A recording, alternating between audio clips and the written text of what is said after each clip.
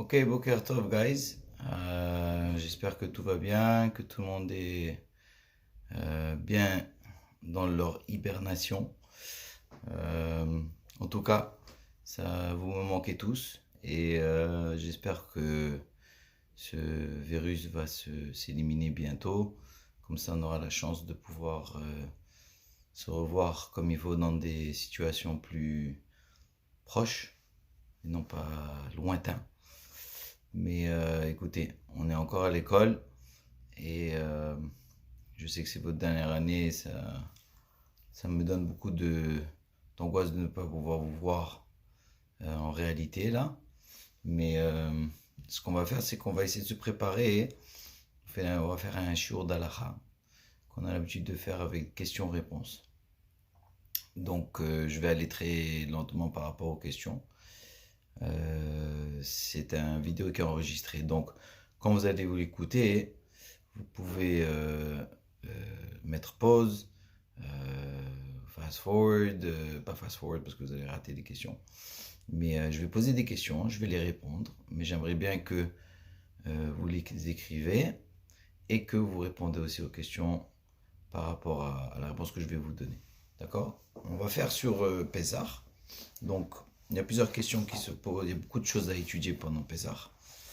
Le cours va être à peu près une demi-heure, comme ça on aura le temps de faire, peut-être même moins, ça dépend, je ne vais pas m'allonger sur tout.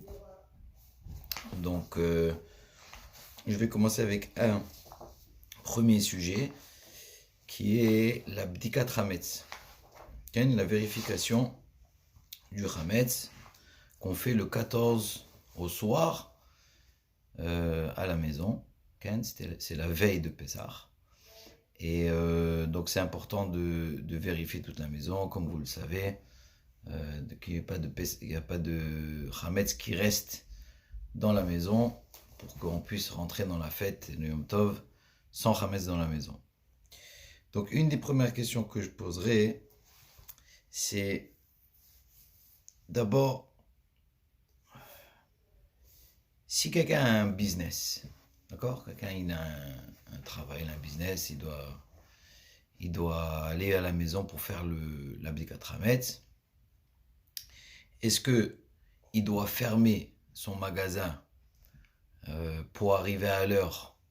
Ouais, comme l'heure, on sait que l'abdikat hametz c'est après Tzet HaKochavim, ça veut dire après qu'il y a des étoiles qui sont sorties, ça veut dire qu'il fait nuit.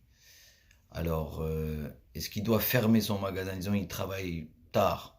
Est-ce qu'il ferme, il rentre chez lui, il fait l'abdikat hametz et ensuite il revient au travail? Ou est-ce qu'il peut attendre de fermer son magasin et faire l'abdika plus tard? C'est-à-dire après qu'il est fermé. Ou est-ce que c'est mieux d'aller avant? D'accord?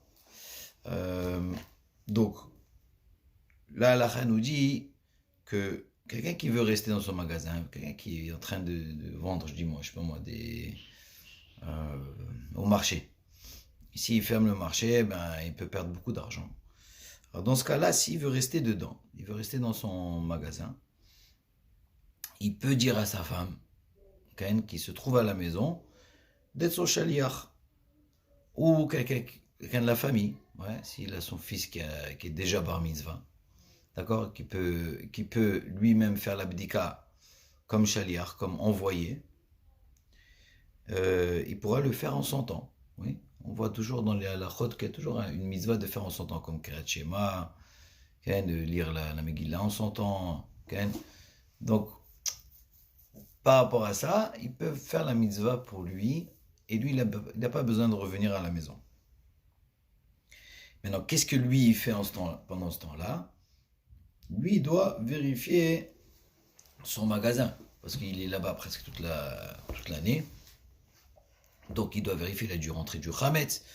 Donc, c'est sûr et certain qu'il faudra qu'il vérifie le magasin.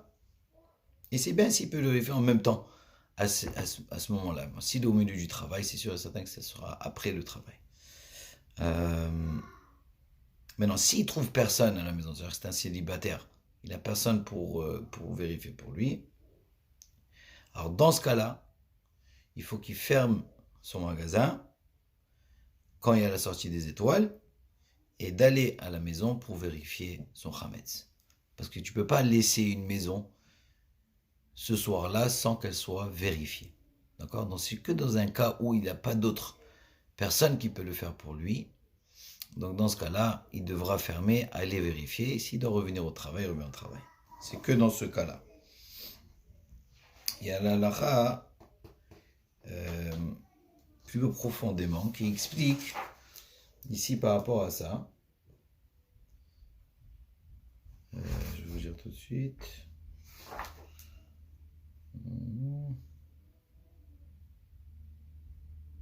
Donc la bracha que, disons, il faut faire une bracha, right? Cette bracha-là, vous savez que quand on fait la bracha de Albi ou Chametz, ça veut dire sur l'abdika, c'est une bracha qui peut rendre quitte d'autres, disons tu as une autre maison, ou tu as un travail, et tu dois vérifier, ou la synagogue, disons tu es le gabay de la synagogue, quand tu fais la bracha chez toi, tu fais ta abdika, ouais, tu fais ta vérification, et ensuite tu peux aller directement au travail et faire aussi ne pas refaire la bracha. Okay, c'est important. Donc disons si lui maintenant il doit retourner à la maison, il retourne, il fait la bracha et après quand il revient au travail, il peut vérifier sans faire de bracha. Donc c'est une bracha pour tout, c'est-à-dire pour plusieurs maisons, pour plusieurs endroits que tu vas vérifier. Alright. Ça c'est la première donc question qu'on a par rapport à Abdikat Hametz. Je vais vous poser une autre question.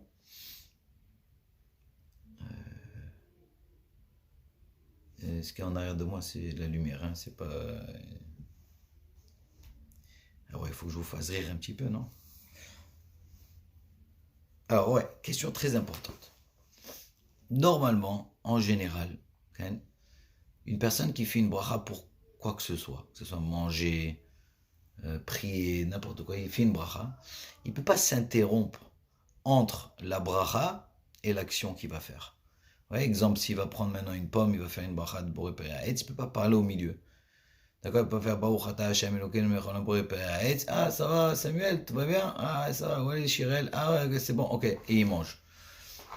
Il n'y a pas, c'est pas de cette manière. Ce qu'il faut faire, c'est que tu ne peux pas faire un hefsek, tu ne peux pas t'interrompre entre la bracha et l'action que tu vas faire. Maintenant, la question qu'on pose ici, c'est que si maintenant quelqu'un s'est interrompu entre sa bracha de Albi ou Chametz et la vérification dans la maison, est-ce qu'il doit refaire la bracha sur l'abdika?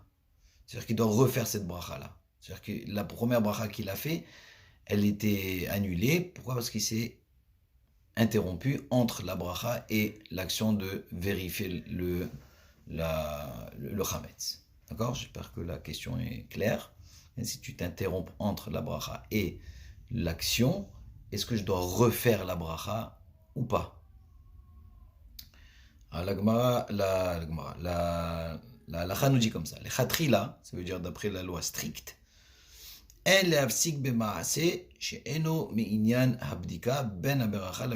veut dire, tu n'as pas le droit, d'après la loi stricte, de t'interrompre pour quoi que ce soit qui n'a rien à voir avec l'abdika. Je m'explique. C'est-à-dire, si maintenant, je demande à mon père au milieu, papa demande de l'argent, il dit, ouais chérie, tiens, voilà, je te donne de l'argent. Ça, il s'est interrompu, il a parlé, il a fait une action qui n'a rien à voir avec l'abdika. Mais si maintenant il y a la bougie qui s'éteint, alors tu lui dis donne-moi un briquet pour l'allumer, ça ne s'appelle pas s'interrompre. Pourquoi? Parce que ça a à voir avec l'abdika. Okay? Mais non, s'il a parlé sur quelque chose qui n'a rien à voir avec l'abdika, la halakha elle dit il ne doit pas refaire la bracha de Albi ou Chametz. C'est notre question initiale. Que dans un cas où il a parlé avant qu'il a commencé à vérifier. C'est-à-dire, c'est-à-dire si tu as parlé de choses qui n'ont rien à voir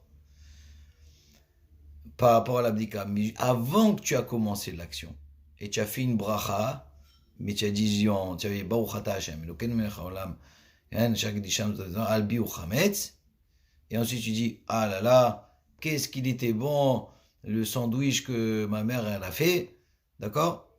Mais tu n'as pas encore commencé à vérifier. Alors dans ce cas-là, hein, ouais, là la Chaya dit, tu devras refaire la bracha, d'accord? C'est que dans un cas pareil. Mais si tu as commencé à faire l'abdika, alors dans ce cas-là, tu n'aurais pas l'obligation, tu ne devrais pas le faire parce que c'est une bracha levatala, c'est une bracha qui n'a rien à voir avec, ne pas dire le nom d'Hachem, pour rien. Non, si tu vérifies plusieurs maisons, comme on a dit dans la première question, c'est-à-dire tu vérifies ta maison ici à Montréal et tu vérifies ta maison, disons, au nord. Okay? Tu vas au nord. Tu as une maison au nord. Même s'ils sont loin l'une de l'autre, alors tu peux faire une bracha pour les deux. D'accord? Et ça ne s'appelle pas un hefsek. Ça ne s'appelle pas une séparation entre la bracha et l'action.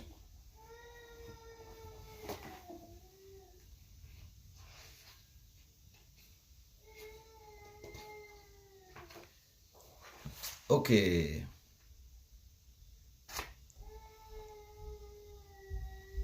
Question assez intéressante. Et je vous la pose. C'est normalement quand on fait l'abdikat Hametz le soir, on l'a fait les oraner. Ça veut dire avec la lumière d'une bougie. Maintenant le problème c'est que quand tu vérifies la lumière d'une bougie, c'est un peu difficile de vérifier dans l'obscurité avec une bougie. Ouais, s'il reste du Hametz ou que dans la maison. Ouais, est-ce que tu vérifies avec une bougie quand tu cherches quelque chose, quand tu perds quelque chose, ouais, tu as perdu de l'argent, tu as perdu quelque chose dans la maison, tu allumes toutes les lumières et tu vérifies, ou même avec des lampes de poche.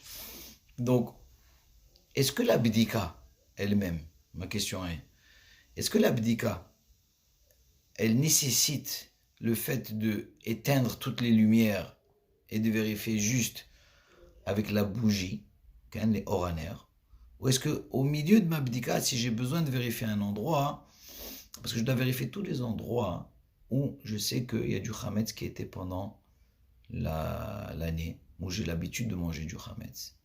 Et même dans des endroits où je sais qu'il y a des enfants qui habitent dans la maison, comme chez moi, tu peux retrouver des tranches de peanut butter avec du jam collé dans n'importe où dans la maison, en dessous du, je sais pas moi, même dans les toilettes, il faut vérifier. Normalement, tu n'as pas le droit de vérifier dans les toilettes, mais quand tu as des enfants, des petits-enfants, ils mangent partout. Donc dans ce cas-là, est-ce que je peux allumer la lumière au milieu et vérifier, tu vois? Ou est-ce que je dois le faire, c'est-à-dire les oraner, qu'avec une bougie? La halakha, elle dit que vraiment, en tsarich lechabot et or hachmal b'shat bdikat hametz. La vérité, tu n'as même pas besoin d'éteindre la lumière au moment que tu fais ton bdikat hametz. C'est révolutionnaire. Pourquoi? Parce que normalement, on fait tout ça. C'est sûr et certain que nous, de la manière qu'on fait, on le fait de manière où c'est symbolique. D'après la Kabbalah, qu'on doit prendre 10 morceaux, comme vous le faites chaque année, avec mettre du chametz dedans, vérifier avec la bougie. C'est après que toute la maison elle a été complètement vérifiée déjà et qu'elle a été nettoyée comme il faut. Donc c'est normal qu'on va le faire symboliquement. Mais si une personne n'a pas bien lavé sa maison et il sait qu'il y a des endroits qu'il faut qu'il vérifie, c'est sûr et certain qu'il faudra qu'il peut allumer la lumière au milieu et vérifier. La halakha, elle ramène quelque chose d'intéressant aussi.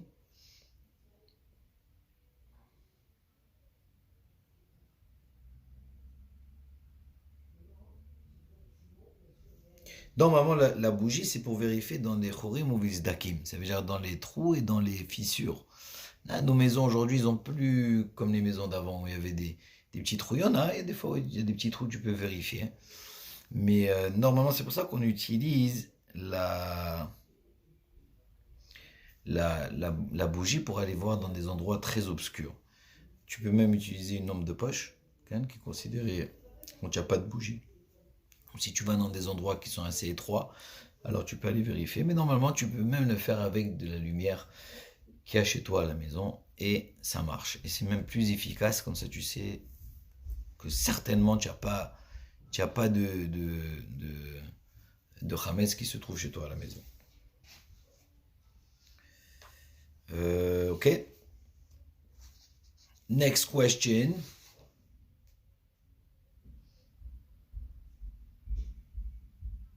Bon, c'est important de le dire, bien qu'on le sait, mais il faut repréciser. Quels sont les endroits, ok? Quels sont les endroits qu'on doit aller vérifier le Hametz? Ouais, c'est où qu'on doit vérifier? Partout, juste dans les endroits où on met le Hametz, pendant l'année, où on mange là-bas, ou des fois on met mais on mange pas. C'est pas clair. Donc, premièrement, en règle générale, la halakha nous dit, tout endroit où tu sais que peut-être tu as rentré du Hametz pendant l'année, il faut que tu le vérifies au temps de l'abdikat Hametz. C'est-à-dire, tu sais que tu en as rentré là-bas, dans ta chambre, dans la cuisine, dans la salle à manger, dans le salon, dans les endroits où tu sais que c'est sûr que tu as mis du Hametz pendant l'année. Donc, ta cuisine, c'est sûr que tu l'as vérifié, tu dois vérifier aussi. Pendant l'abdikat Hametz, je vous parle, d'accord? C'est pas juste tu regardes et tu fais comme ça, avec le feu comme ça, tu vois, genre, ah maintenant on va vérifier, oh my god, ça me brûle les doigts, d'accord? C'est pas juste là-bas, c'est d'aller vérifier même dans les armoires, dans la cuisine, où on met le manger, parce qu'il faut vérifier, peut-être tu as oublié du manger là-bas, qui n'est pas caché à l'épaisseur, et que c'est du Hametz, donc il faut que tu l'enlèves. Sur les tables, ouais, sur les chaises, et en dessous des tables, en dessous des chaises, ça demande beaucoup de travail. C'est pas juste aller en vérifier. C'est sûr que si tu as tout bien fait avant, mais c'est mieux de le faire pendant l'abdika. Donc tu vérifies aussi même le frigidaire. Tu peux laisser le frigidaire ouvert, tu n'as pas besoin d'éteindre la lumière et regarder avec la bougie. Mais tu laisses le frigidaire, tu vois, dans les chambres, sur les lits, entre les lits, dans les armoires d'habits,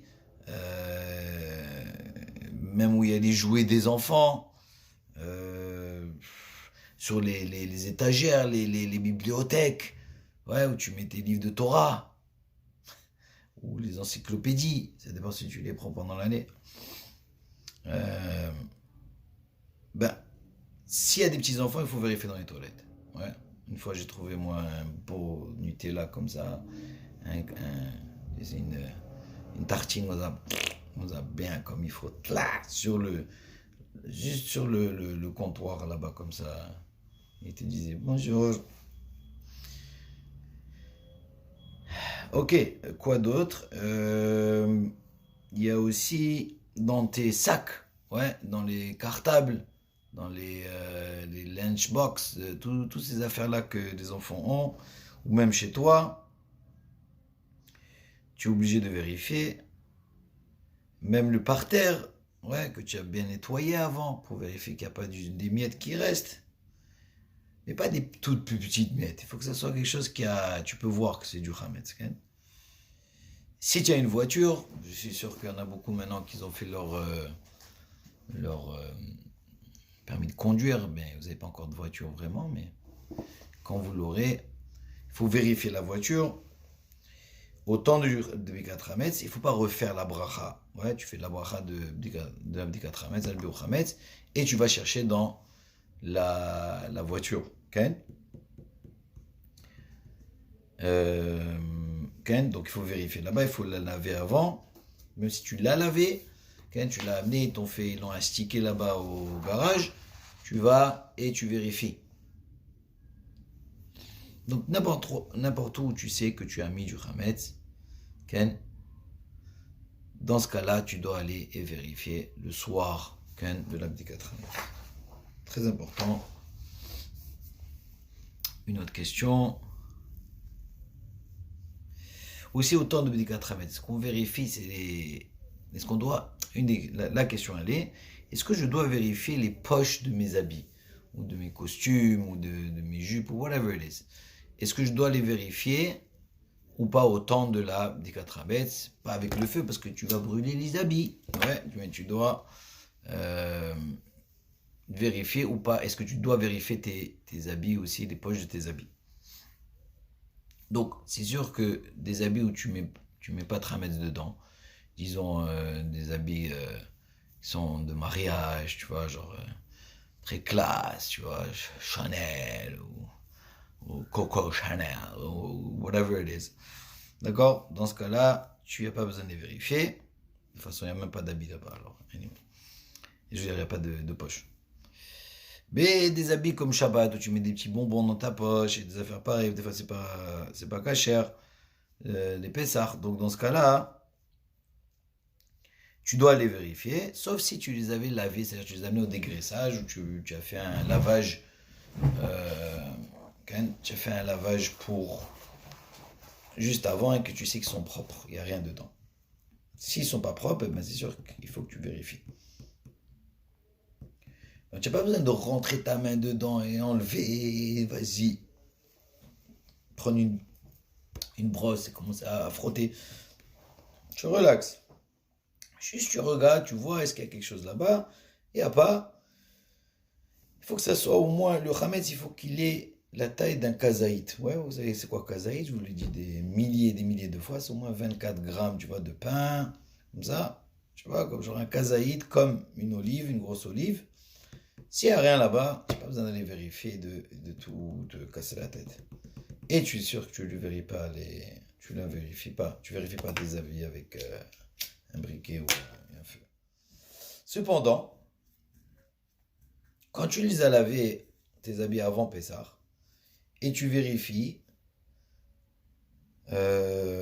au moment que tu les as lavés, juste après que tu les as lavés, tu vois s'il n'y a rien d'autre qu'il y a dedans, ou avant de les amener au dégraissage, alors pendant le temps de la Dika, tu n'as pas besoin de vérifier ces habits-là, parce que tu les avais déjà vérifiés. Donc, dans ce cas-là, les habits aussi ont besoin d'une Bdika, d'une vérification. Comme ça, tu peux être sûr que tu n'as rien. Donc, tu ne peux pas te retrouver à Pessah, à la synagogue, en train de dire qu'est-ce que j'ai dans la poche? C'est bon, petit bonbon, et là, tout d'un coup, c'est pas un bonbon qui est caché de Pessah, et tu te mets dans des petits problèmes. Ok. Une autre question par rapport à l'abdika.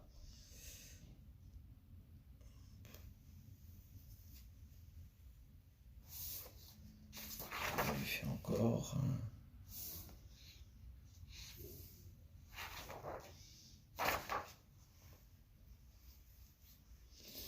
Ah ouais, celui-là, elle est bon, celle-là.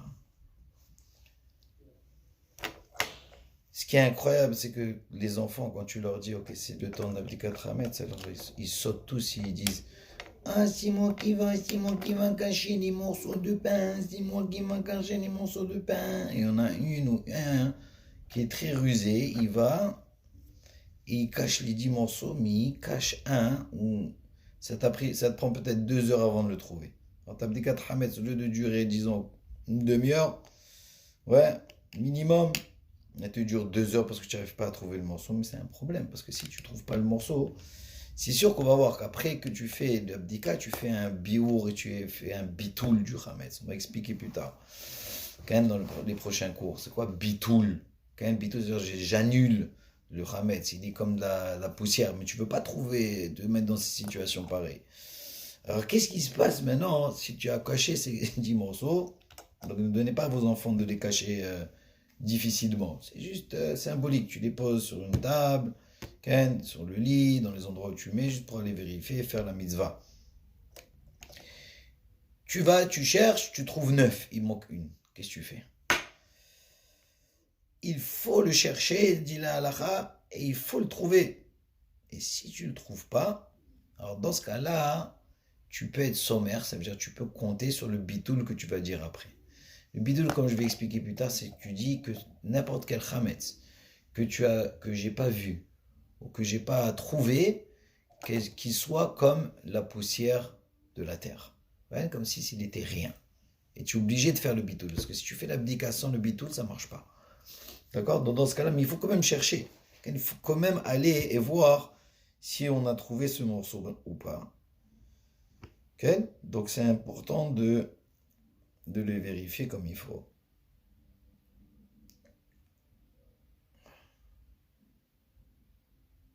Ok.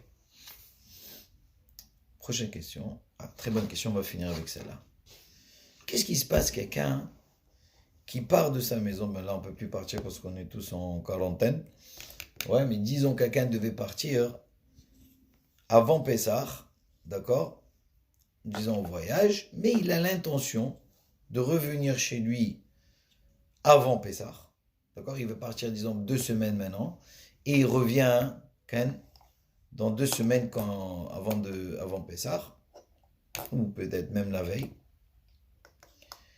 Est-ce qu'il doit faire la Bdikat Hametz chez lui à la maison avant de partir? Il va aller en Floride pour 2 semaines pour relaxer. Est-ce qu'il doit faire la Bdikat Hametz chez lui à la maison? D'accord? Donc c'est pas encore Pessah. Il doit vérifier ou pas. Alors, la réponse elle est, si il n'y a personne, tu as laissé personne chez toi à la maison, c'est-à-dire que tu es seul, tu habites seul, il n'y a personne. Ou tu es marié, mais tu as pas, et tout le monde est déjà en Floride, toi tu es là, tu es le seul avant de partir. Et tu es parti en vacances. Tu dois vérifier, même si tu as l'intention de revenir avant Pessah. Parce que si tu reviens avant Pessah, tu pourrais faire l'abdika à ce moment-là. Mais là, la dit, avant que tu partes, tu vérifies. Maintenant, si tu laisses quelqu'un, disons, toi, tu vas en vacances avec ta femme, et tu laisses les enfants à la maison, d'accord, bien sûr qu'ils ont l'âge, ou que tu es allé dans une autre ville, mais tu n'es pas allé dans un autre pays, tu vois. Ça veut dire que tu vas dans une autre ville, disons, tu vas d'ici à Bitsibit et Miskaming. C'est loin, là, mais c'est dans le même pays, ouais. Dans ce cas-là, tu n'as pas besoin de vérifier avant de sortir. Pourquoi? C'est quoi la raison? Okay? Alors, la halakha, elle dit, je vous dis en général, elle dit comme ça, Shulchan Aruch, il ramène la halakha qui dit que si tu laisses personne à la maison, tu dois revenir, même si tu reviens avant Pessah. Pourquoi? Des Shinan, parce qu'on a un doute, Shema Yarzor Erev Pessah. Peut-être que tu vas revenir la veille de Pessah, ça veut dire le 14, ouais. Ben Hashmashot, ça veut dire, vous savez c'est quoi Ben Hashmashot? C'est quand c'est 50% jour, 50% nuit. C'est-à-dire que tu arrives au moment, Vélo, Yelo, Pna et Levaer, et tu pourras même pas pouvoir faire l'abdika parce que tu arrives pas le 14 mais le 15, tu vas juste avant Pessah. Et tu vas rater. Donc dans un cas où il y a une possibilité que tu reviennes pas à l'heure, alors dans ce cas-là, Ken, tu es obligé de faire ta abdika avant de partir.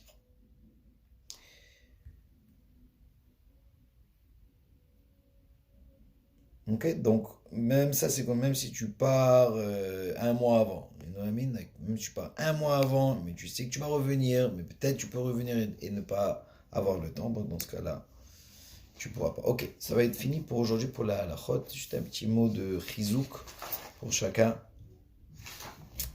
C'est important que chacun de nous se renforce dans notre émouna, dans notre croyance en Dieu. Bien que je sais que c'est des moments où on est dans le doute et on ne sait pas ce qui peut se passer, Shalom, mais il faut respecter toutes les consignes. Mais une chose qui est importante, c'est de pouvoir prier, étudier, être gentil avec son prochain, surtout avec son père et sa mère, de respecter son père et sa mère. C'est très important maintenant. Vous êtes la journée avec eux s'ils ne travaillent pas, s'ils sont à la maison, de faire du chesed avec votre frère et votre sœur, de ne pas s'énerver, de ne pas rentrer dans la peur, c'est la pire chose, dans l'angoisse. Il faut se renforcer, les gars, dans la émouna, dans leurs croyances. Et comment on fait ça?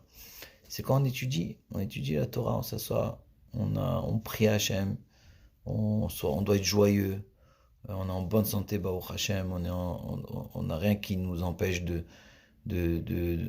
d'étudier, de pouvoir se rapprocher un peu plus dans notre spiritualité.